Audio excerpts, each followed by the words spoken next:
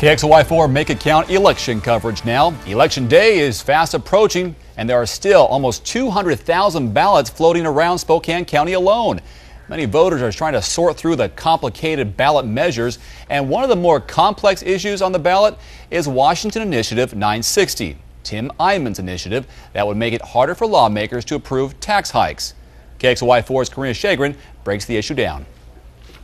Weeding through the number of political signs is easy when you compare it to sorting through the various ballot measures. Initiative guru Tim Eyman is hoping to pass yet another tax-cutting measure. Initiative 960 would require 2/3 approval from both voters and the state legislature to raise taxes. Unless it's an emergency, in that case, lawmakers would only need a simple majority. Eyman says the initiative doesn't change much. The legislature is already required to have a 2/3 vote. Eyman says, though, in recent years, lawmakers have found loopholes. 960 would erase those loopholes and force lawmakers to follow the original law.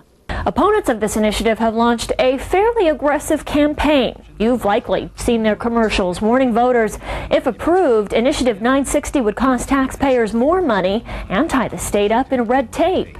Vote no on 960. Opponents point out every time lawmakers declare an emergency and pass a tax hike with a 50% vote, 960 would require a non-binding public advisory vote.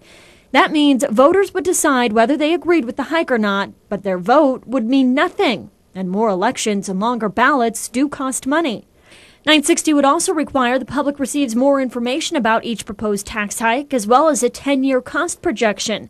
The state budget office estimates gathering and writing that information, as well as election costs, could run $1.8 million a year. Voters now have to decide whether that price tag is worth it. In Spokane, Karina Shagren, KXLY4.